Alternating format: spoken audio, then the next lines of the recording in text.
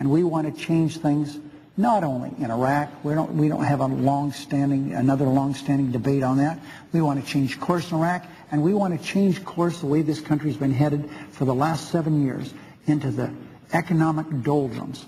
And here today, what we want to do is finish a part of what we feel is an obligation to this country. That is to make sure that when the first of the year rolls around, 19 million Americans don't have a tax increase. Everyone within the sound of my voice should understand, if that comes to be, it can go to 16th and Pennsylvania Avenue, because that's what President Bush, he is the man that's pulling the strings on the 49 puppets he has here in the Senate. And that is too bad for the country.